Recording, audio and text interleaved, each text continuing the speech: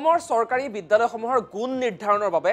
শিক্ষা বিভাগে বহু টকা খৰচ কৰি গুণোৎসৱ বুলি এটা অনুষ্ঠান পাতে কিন্তু কেনেদৰে চলিছে ৰাজ্যৰ শিক্ষা বিভাগ হিয়া এই মুহূৰ্তৰ এটা ডাঙৰ প্ৰশ্ন কিয় কৈছো জনাইছো এজনীয়া শিক্ষকৰে চলিছে এটা চৰকাৰী বিদ্যালয় জনাইছো এই মুহূৰ্তৰ এটা ব্ৰেকিং নিউজ ৰাজ্যৰ শিক্ষা বিভাগক লৈ প্ৰশ্ন উত্থাপন হৈছে কিয়নো এতিয়াও এখন অসমত মাত্ৰ এজন শিক্ষকৰে চৰকাৰী বিদ্যালয় চলি আছে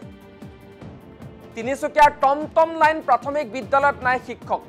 পাঁচটাকৈ শ্ৰেণীত শিক্ষাৰ্থী আছে 92 জন কিন্তু ছাত্ৰ-ছাত্ৰীৰ বিপৰীতে শিক্ষক আছে মাত্ৰ এজন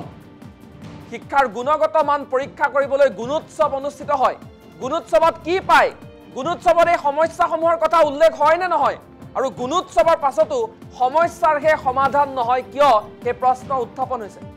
চৰকাৰী বিদ্যালয়ৰ শীঘ্ৰে বিদ্যালয়খনত পৰ্যাপ্ত শিক্ষক নিযুক্তিৰ দাবী উত্থাপন কৰিছে আতছাই আমি দৃশ্যাংশ ইউনিটত দেখুৱাইছো এইখন হৈছে তিনিচুকীয়াৰ টমটম লাইন প্ৰাথমিক বিদ্যালয় আৰু ৰাজ্যৰ আন শিক্ষানুষ্ঠানতকৈ বহু বেছি শিক্ষাৰ্থী আছে কাৰণ 92 গৰাকী শিক্ষাৰ্থী আছে এই প্ৰাথমিক বিদ্যালয়খনত কিন্তু শিক্ষক আছে মাত্ৰ এজন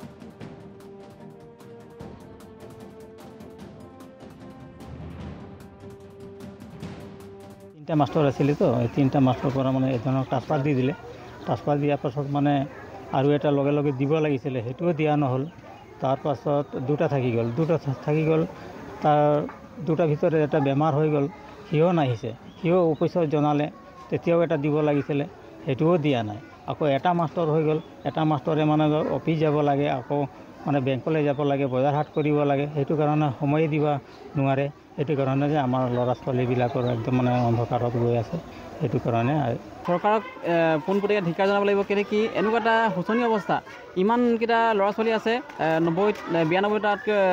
ল'ৰা ছোৱালী আছে আৰু ইয়াত শিক্ষকৰ সংখ্যা কম লগতে আৰু 5টাকৈ শ্ৰেণী দুটা ৰুমত এনেকুৱাকৈ পৰিচালনা কৰি আছে আৰু একেটা ৰুমতে আপোনাৰ ক্লাছৰুমো হৈছে আকৌ অফিচো হৈছে আৰু লগতে মধ্যাহ্ন ভোজনৰ যি চাউল সেইবোৰ মানে ষ্টক কৰি ৰাখিছে তো এনেকুৱা এটা পৰিৱেশ গ্ৰহণযোগ্য নহয় আৰু অসমৰ চৰকাৰী বিদ্যালয়সমূহৰ গুণ নিৰ্ধাৰণৰ বাবে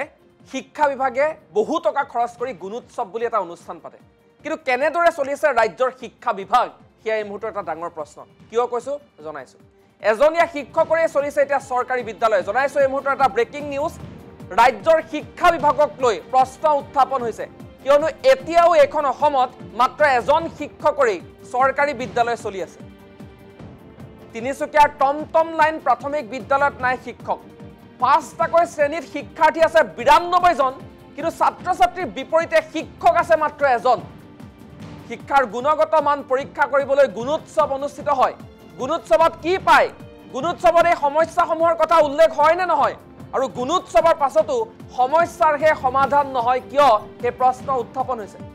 চৰকাৰী বিদ্যালয়ৰ শীঘ্ৰে বিদ্যালয়খনত পৰ্যাপ্ত শিক্ষক নিযুক্তিৰ দাবী উত্থাপন কৰিছে আতছাই আমি দৃশ্যাংশ ইউনিটত দেখুৱাইছো এইখন হৈছে তিনিচুকীয়াৰ টমটম লাইন প্ৰাথমিক বিদ্যালয় আৰু ৰাজ্যৰ আন শিক্ষানুষ্ঠানতকৈ বহু বেছি শিক্ষাৰ্থী আছে কাৰণ 92 গৰাকী শিক্ষাৰ্থী আছে এই প্ৰাথমিক বিদ্যালয়খনত কিন্তু শিক্ষক আছে মাত্ৰ এজন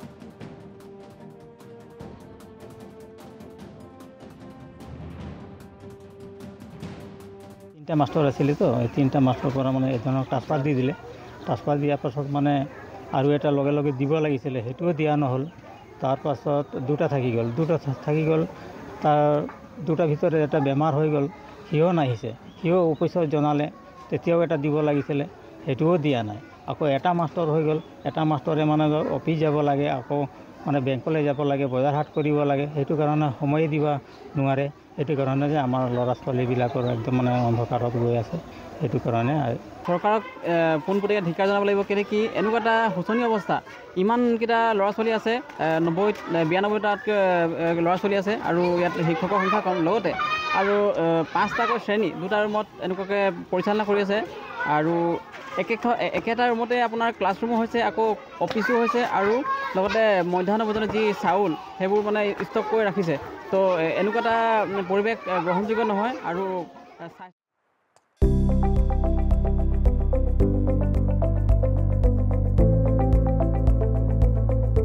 NB নিউজ সহজ সৰল ভাষাত নৱভাৰতৰ কথা